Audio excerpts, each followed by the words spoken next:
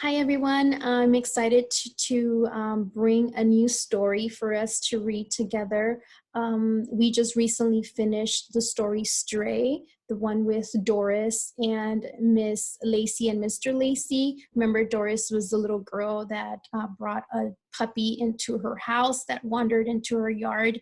And they weren't too happy about it. So we finished with that story. If you haven't gotten a chance to listen to it, go to my YouTube channel. You'll find it there, and you'll see it through. It'll be easy to follow if you start with video 1, video 2, video 3, video 4. Okay.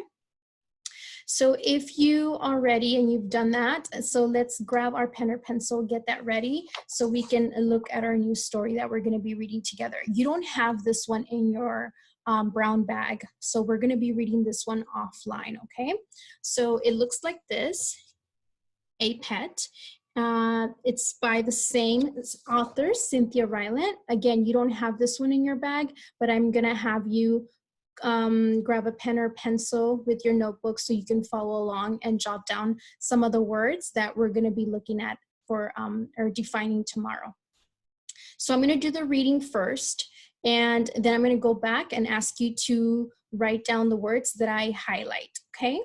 I don't want to do too much pausing in between so that we don't lose the flow of the story. Got it? Okay, guys. So grab your stuff and meet me back here. Pause the video if you need to.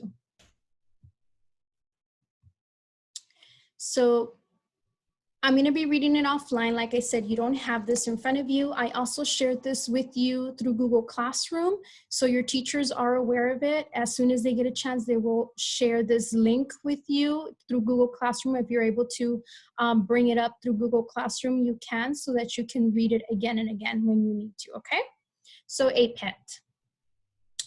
The year she was 10, Emanuela, Emma for short, begged so hard for a Christmas pet that her parents finally relented and gave her the next best thing, a goldfish.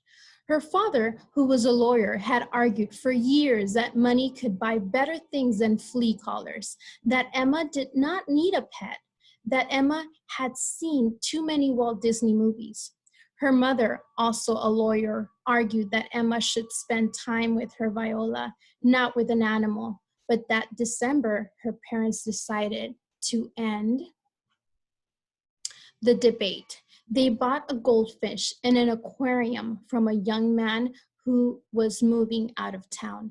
They got the goldfish cheap because used goldfish are hard to unload onto someone else, but mainly because this particular goldfish was old and blind. Even Emma's parents couldn't stoop to give her a used aquarium with a used fish in it on Christmas morning. So instead, on the 10th day of December, they put the tank in her room, where she found it after school. When Emma dropped her books on her bed, she took one look towards the corner and said, "What on earth?" At first, she couldn't even imagine why an aquarium would be in her room. The word fish was so far away from the word pet. But her parents explained cheerfully that indeed the fish was the pet she had always asked for.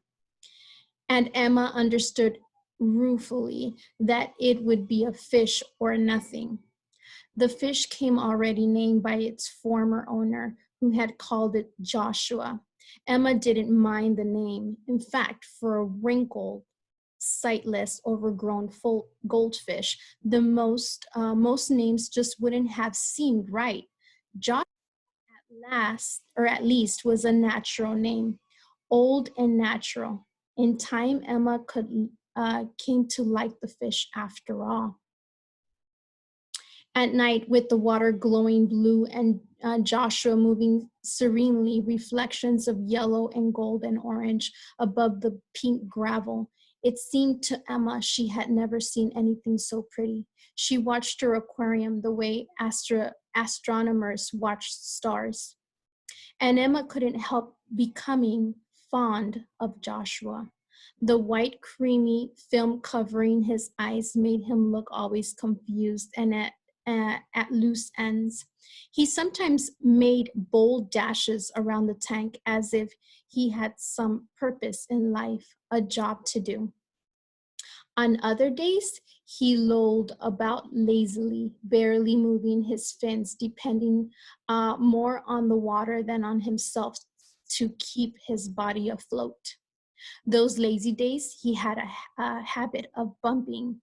Those lazy days, he had a habit of bumping his head into a plastic plant or colliding with his castle. Emma watched him and felt she knew him. When she raised the squeaky lid on the aquarium to shake some shrimp flakes into the water, Joshua jumped up and came to the top, just as cats and dogs will come running when their food dishes are being filled. Joshua had to guess where the flakes were as they lay on the surface, and he took several gulps of water when he missed. Emma laughed at him. Joshua had lived with Emma nearly 5 months when one day in April, she noticed Joshua's tail fin looked shabby, like a hair comb that was missing some teeth. The next day, his tail fin looked worse, and he wobbled when he swam as if he needed a cane. Emma was growing worried. Then, the third day, there were white spots on Joshua's scales. He leaned his body against the side of the tank and rested. He did not dash. He did not loll. He leaned and rested. Emma rushed to the pet store after school and brought home a box of medicine. In the aquarium, Joshua lay on his side. Sometimes he tried to move to a different part of the tank, but he couldn't swim and he just fell over again. Emma dropped 2 pills into the water.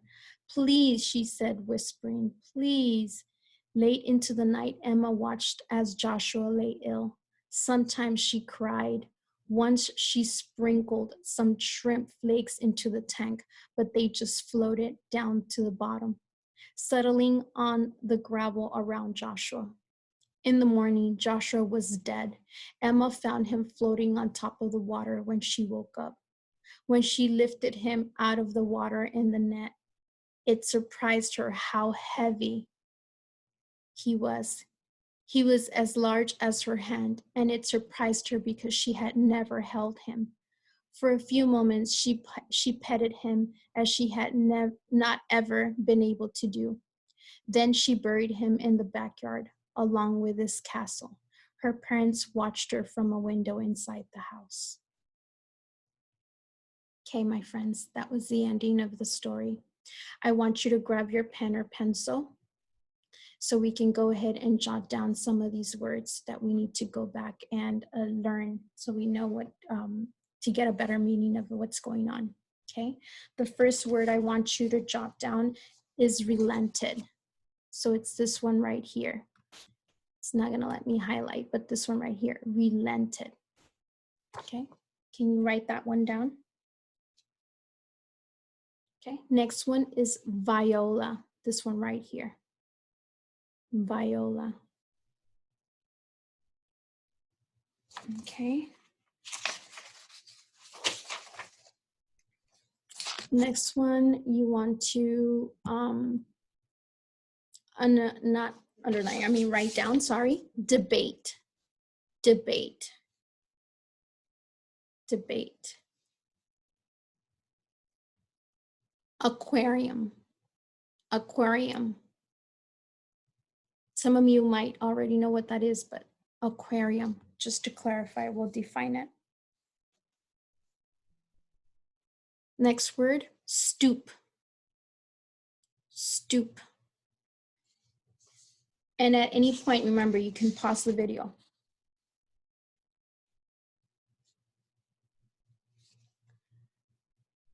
Next one is ruefully, ruefully, understood ruefully.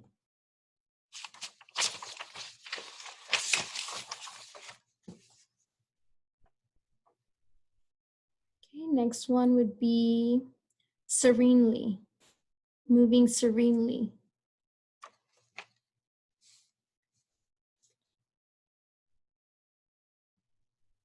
Next one, lolled. He lolled about lazily. Lolled.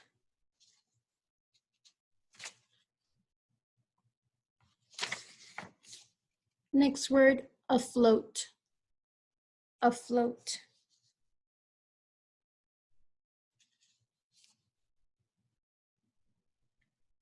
Next word, colliding.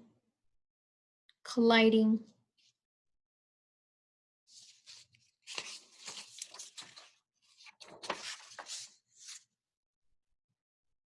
And on the next page, it would be Joshua Scales. Scales.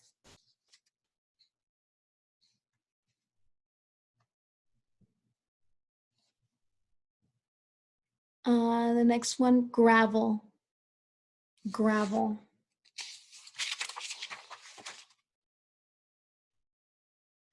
And I think that was our last word, my friends. So if you have those words there, we are going to be looking at those words tomorrow.